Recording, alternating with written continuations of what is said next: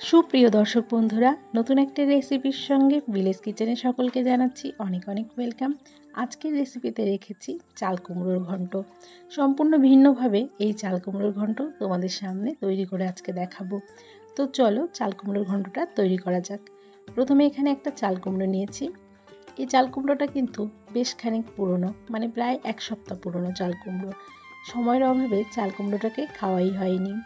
এরকম চাল কুমড়ো কীভাবে তোমরা খাবে সেটাই কিন্তু আজকে তোমাদের সঙ্গে শেয়ার করব। সময়ের অভাবে চাল কুমড়ো ঘরে থাকলে দেখবে সেই চাল কুমড়ো কিন্তু বুড়ো হয়ে যায়। চাল কুমড়োটা কিন্তু ভেতরে কচি থাকলেও চাল কুমড়োর ভেতরের দিকটা একটু সাদা সাদা হয়ে গেছে, মানে চাল কুমড়োটা একটু নরম নরম হয়ে গেছে কেমন। এরকম চাল কুমড়ো কিন্তু কাটতেও অসুবিধা হয়। তো এখন আমি চাল কুমড়োগুলোকে এরকম ফালি ফালি করে টুকরো করে নিয়েছি। এবার চাল কুমড়োগুলোর খোসা ছাড়িয়ে নেব ভালোভাবে।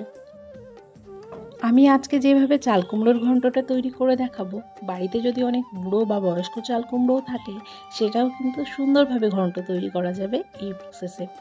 তো সম্পূর্ণ ভিডিওটা দেখতে থাকো, কোনো রকম স্কিপ না করে। চাল কুমড়োগুলোকে ফালি ফালি করে নিয়ে সেটাকে চুলে নিয়েছি, আর খোসাটা ভালো করে ছাড়িয়ে ওর মাঝখান থেকে বীজগুলোও কিন্তু ফেলে দিয়েছি কেটে। এবার আমি নেব হচ্ছে একটা কৃষ্ণি বা গ্রেট করার মেশিন। তো এই কৃষ্ণি দিয়ে গ্রেট করে নেব। এখানে মিডিয়াম যে ধারটা আছে সেই ধারটা দিয়ে কিন্তু করে নেব। তো এইভাবে সম্পূর্ণ চাল কুমড়োগুলো করে নেব। অনেক সময় কি হয়, চাল কুমড়োগুলো কাটতে অসুবিধা হয় বেশি দিন থাকলে ঘরে। তো এইভাবে করে নিলে কাটার ঝামেলাও থাকবে না, আর চাল কুমড়োটা সুন্দরভাবে কাটাও হয়ে যাবে। তো এইভাবে গ্রেট করে নিয়েছি, দেখো কতটা সরু সরুভাবে করে নিয়েছি। আর এইভাবে যদি করে খাও তাহলে ঘন্টটা খেতে অনেক সুন্দর লাগবে। সম্পূর্ণ চাল কুমড়োগুলো গ্রেট করে নেওয়ার পরে এর মধ্যে আমি লবণ মাখিয়ে নেব। যদি সময় থাকে লবণ মাখিয়ে আধ ঘন্টা রেখে দেবে, আর যদি সময় না থাকে তাহলে লবণটা দিয়ে ভালো করে চাল কুমড়োগুলো চটকে নেবে। লবণ দেওয়ার পরেই কিন্তু চাল কুমড়ো থেকে জল বেরিয়ে আসবে, আর চাল কুমড়োর মধ্যে কিন্তু প্রচুর পরিমাণে জল থাকে। তো এইভাবে সমস্ত চাল কুমড়োটা ভালো করে চটকে নেব।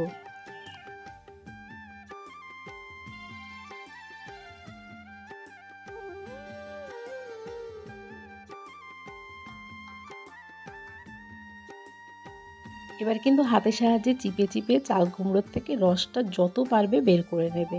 বের করে চাল কুমড়োটাকে এইভাবে আলাদা করে রেখে দেবো। আর এই দেখো অবশিষ্ট যে জলটা, সেই জলটা পড়ে আছে। যদি চাল কুমড়োটা একদম সদ্য কাটা হতো তাহলে এর দ্বিগুণ জল বেরোতো। তো চাল কুমড়োটা এইভাবে করে নিয়েছি। এবার চলে যাব পরবর্তী প্রসেসে। চাল কুমড়োর ঘন্টের জন্য আমি একটা ভাজা মশলা তৈরি করছি। যেহেতু এটা নিরামিষ চাল কুমড়োর ঘন্ট হতে চলেছে, তার জন্য একটা ভাজা মশলা তৈরি করে নিই। তার মধ্যে দেখো জিরে, গোটা ধনে, শুকনো লঙ্কা, তেজপাতা দিয়েছি।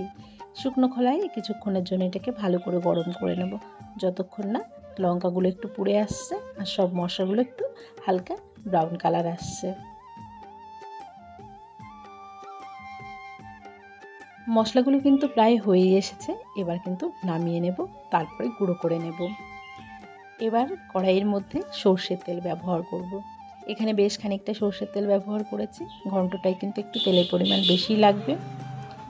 এরপরে এর মধ্যে দিয়ে দিলাম 5 ফোড়ন, একটা শুকনো লঙ্কা 2 টুকরো করে দিয়ে দিয়েছি, দিব একটা তেজপাতা।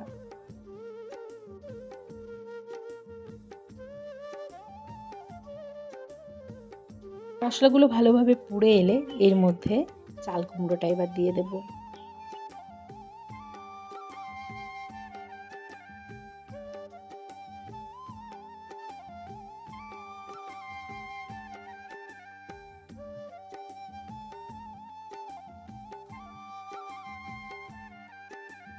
চাল কুমড়োটা দিয়ে কিন্তু এখন খুব সুন্দর করে ভেজে নেব।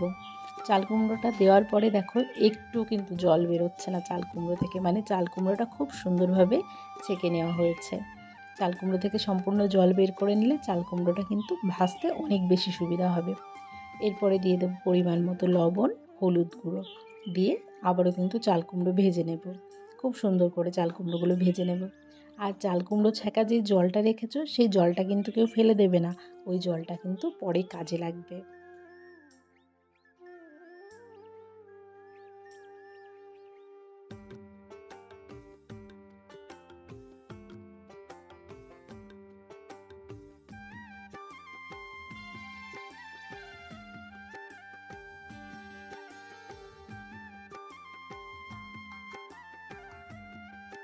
এবার চাল কুমড়োর মধ্যে দিয়ে দেব লঙ্কা, কয়েকটা লঙ্কা চিড়ে দিয়ে দিয়েছি।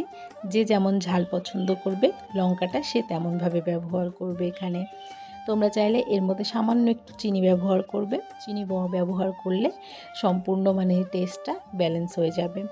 তো এখন এরপরে ভালো করে ভেজে নিয়েছি কিছুক্ষণের জন্য।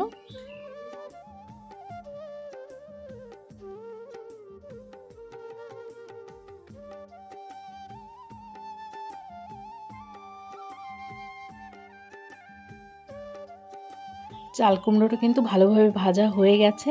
এর মধ্যে এবার আমি ব্যবহার করব চালের গুঁড়ো। যে কোনো ঘন্ট রেসিপিতে কিন্তু আমরা চালের গুঁড়ো ব্যবহার করি। চালের গুঁড়ো ব্যবহার করলে ঘন্টটা একটু গাঢ় গাঢ় হয়, আর ঘন্ট মানেই তো এরকম ঘুরতে হবে, তাই না?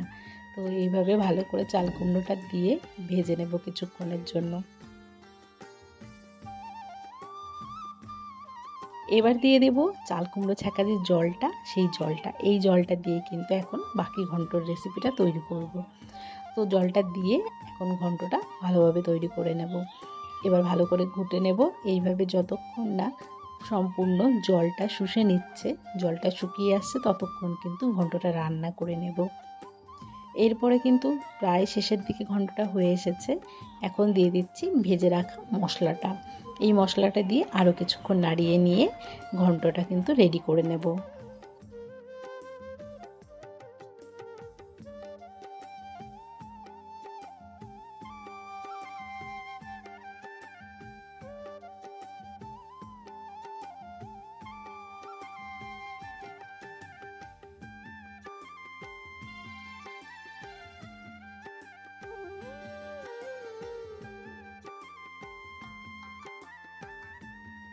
আজকের কিন্তু সম্পূর্ণ চাল কুমড়োর ঘন্টটা তৈরি হয়ে গেছে। এটা সম্পূর্ণই নিরামিষ চাল কুমড়োর ঘন্ট। অবশ্যই বাড়িতে তোমরা একবার এইভাবে চাল কুমড়োর ঘন্ট ট্রাই করে দেখবে। এটা ভাত বা রুটি সব কিছুর সঙ্গে কিন্তু খুব ভালো লাগবে খেতে। তো আজকের রেসিপিটা তোমাদের কেমন লেগেছে কমেন্ট করে জানিয়েছো। নতুন কোনো বন্ধু হলে আমার চ্যানেলটিকে সাবস্ক্রাইব করে আমার পাশে থেকো। তোমাদের সঙ্গে দেখা হবে পরবর্তী রেসিপি নিয়ে। সবাই ভালো থাকবে, সুস্থ থাকবে। টাটা সবাইকে।